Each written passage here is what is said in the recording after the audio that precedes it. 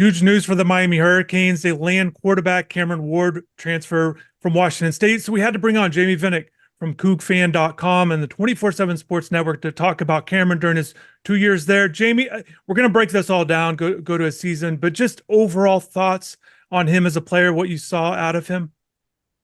Yeah, I mean, I think the first thing that stands out about Cam is his potential is sky high, and I don't even think he necessarily reached his full potential at Washington State, just because I think he has so much growing to do. I mean, he's young, he's on the younger side for a now fifth-year quarterback.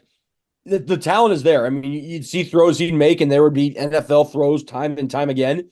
There was still some stuff to work on. His ball security isn't great. A lot of fumbles this year now. Some of those to the fault of the offensive line. He gets the blindside pressure, doesn't see, ball comes out. But I think there's a guy there that, sometimes you get some of these veteran quarterbacks and you kind of know what they are. You know what you're getting. I think you know what his floor is, but I think his ceiling is still so undetermined that, he's the type of guy that if he can really find a rhythm, has the ability to be one of the best quarterbacks in the country. It's just a matter of, can he hit that next level of his development? So let's go through this 2023 season there. So fifth nationally in passing yards for the season, over 3,700 to 25 touchdowns, averaged over 300 yards per game. Take me through it, because 5-7 for the team. They start out 4-0, rise to number 13, and then obviously struggle there in conference play, 2-7. So I'm curious what you make of his season individually as it went on, and the losses certainly piled up, which we saw at Miami with the hot start as well. So it's not like we haven't seen this just here in Coral Gables. But your thoughts on his season individually this past year? Yeah, I mean, I think those first four games, Cam was as good as anyone in the country. I mean, he was, threw for over 400 yards twice, was completing well over 70% of his passes. He had 13 touchdowns, no picks. I forget the exact, I think there were four other quarterbacks in college football history who had started the first four games of the year with those numbers, and it was like Tua, Baker Mayfield, I want to say maybe Joe Burrow and like Kyle Orton or something. It was all four guys, whoever ended up being played in the NFL, and three were current NFL starters. So, at that point, there's talks of, hey, this guy's a Heisman candidate. All the attention in the state or in the Pac-12 was Michael Penix, Bo Nix, Caleb Williams. But, at that point, Ward had probably the superior numbers. And it wasn't against, just completely nothing competition. They beat Wisconsin in there. They beat Oregon State.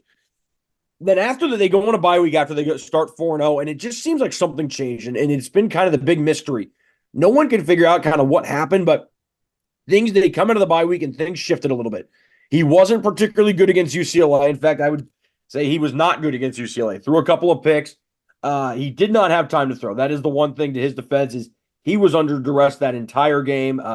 UCLA's defensive line, very good, and they gave him trouble. He could not get anything going. They go into next week against Arizona. He completes a bunch of his passes, but that's one of those games where it was a disaster for every single person on the team. And at that point, no one knew how good Arizona was. I think they were or I think they were like 2-2 at that point, and obviously had not become what we've seen now. They've won however many in a row, 9-win team, but that was kind of the birth of what they became. So there's two games, and everyone's kind of like, okay, what the heck just happened? Like, Cam was untouchable for 4 weeks, and now, he goes 2 weeks, throws one touchdown and 3 picks. They come back out. He played very well against Oregon, 438 yards, threw a touchdown, played well against what ended up being a very, very good Oregon team. But then you start getting into the confusing things again. His ASU numbers look good. He missed a lot of throws in that game that he needed to make. It wasn't a perfect showing from him. That's not the reason they lost that game. That was the defense that kind of let them down.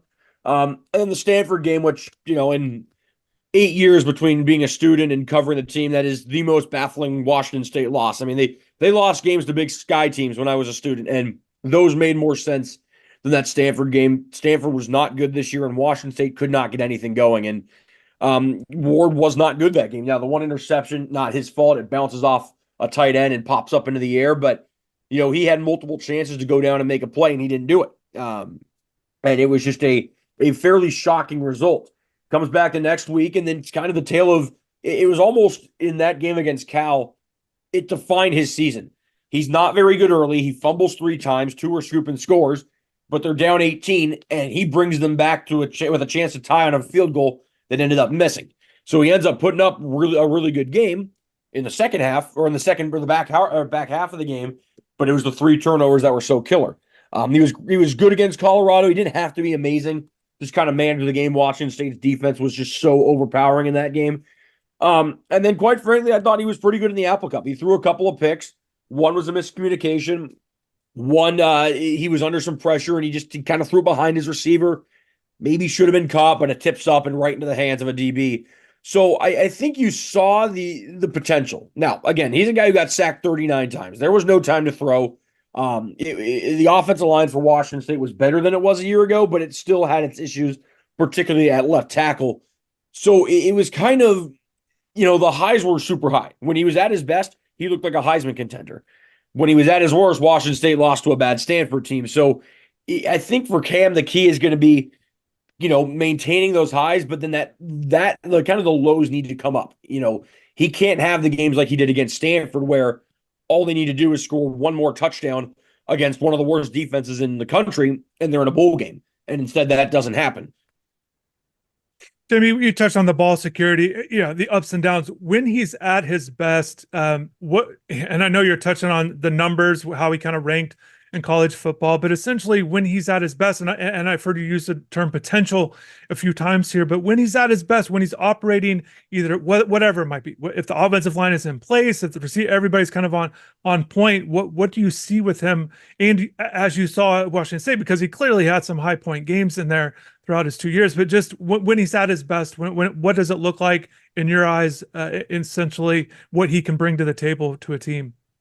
Yeah, when he's dialed in, he's surgical. He's going to hit guys. He's going to hit them in stride. I mean, he made a throw against Oregon State in like the second play of the game.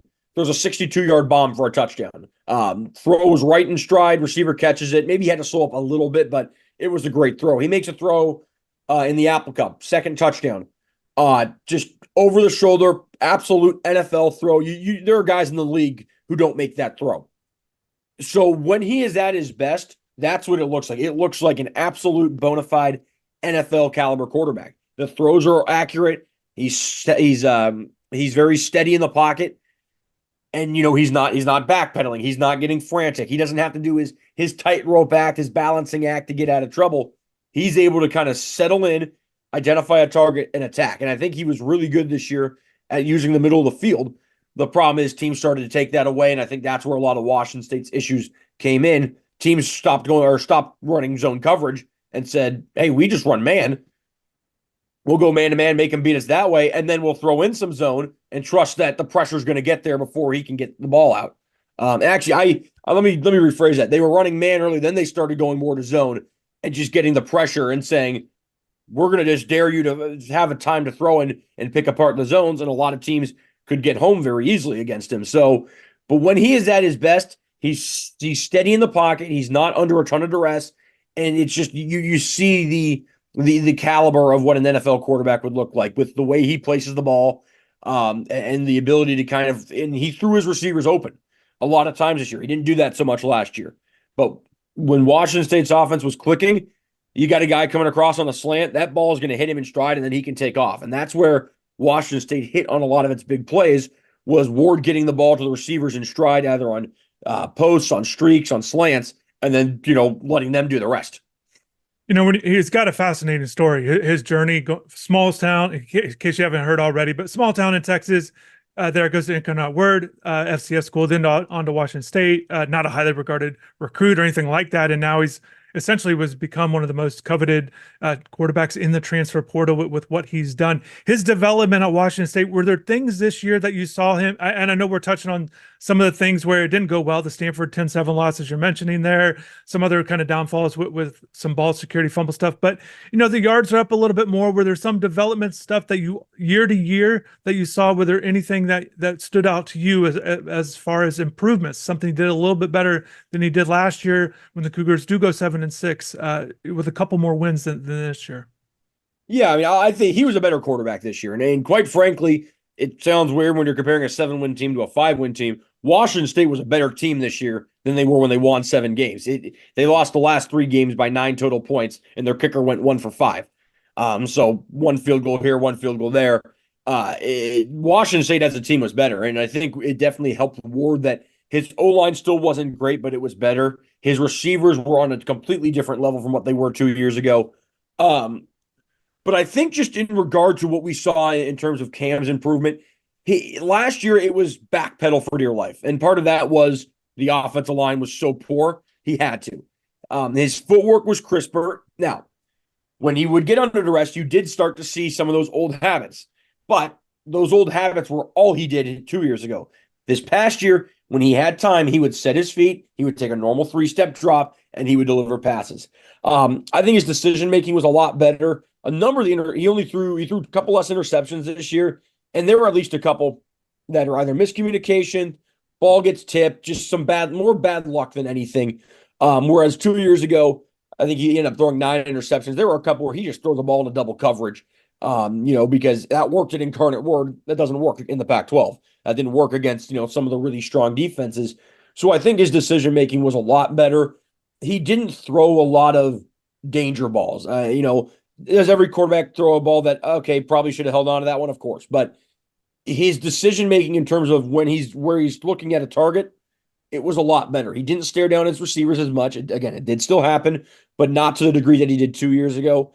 I think he was just more complete as a quarterback. I think the reason where, if you look at his base stats and you see, okay, he threw for only 2 more touchdowns, it was more, because that was kind of more of Washington State when they would get into the red zone would either A, run him or run their backup quarterback, John Mateer. He was kind of their quote unquote Tim Tebow per se, not to obviously that level.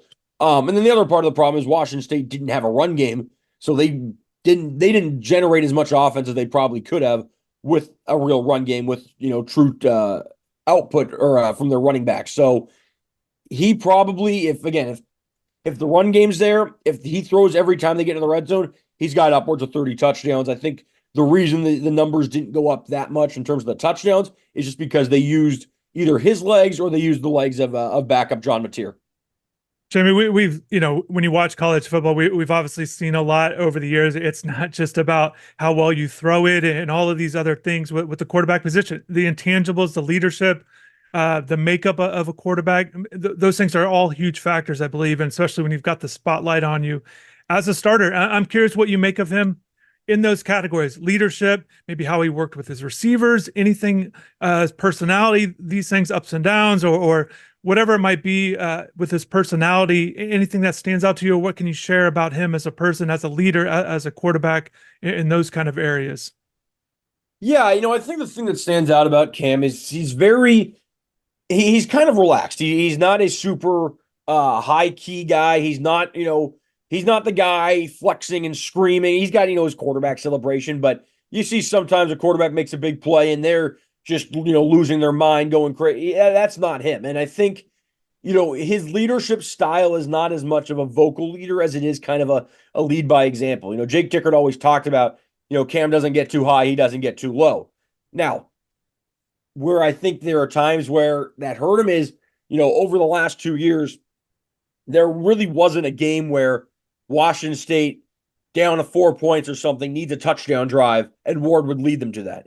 Now, that was a lot of times how the games played out. A lot of their wins came in blowouts, or a couple of them, the close ones came, the defense gets a stop late. But, there were opportunities, and it was kind of one of the big knocks on him from Coug fans is, there's an opportunity to go win the Apple Cup. There's an opportunity again in that Stanford game. I looked to last year, they had a shot against Utah or at home to beat them on a Thursday night. And it just always seemed like that magical drive kind of eluded them. Now, he had one against Wisconsin. They were up in that game, but he kind of helped put that away, made a couple of big plays. They go up 9 against Wisconsin, end up seeing out that victory. But even against Oregon State, they win that game by 4. That was a 35-14 game. The defense had to make a couple late stops. They had to recover an onside kick. So I think that's the one thing that always kind of seemed to elude him while he was in Pullman is that magical drive, that memorable drive. Gardner Minshew had so many of those when he was a Coug, and people talk about those to this day. Luke Falk before him did so.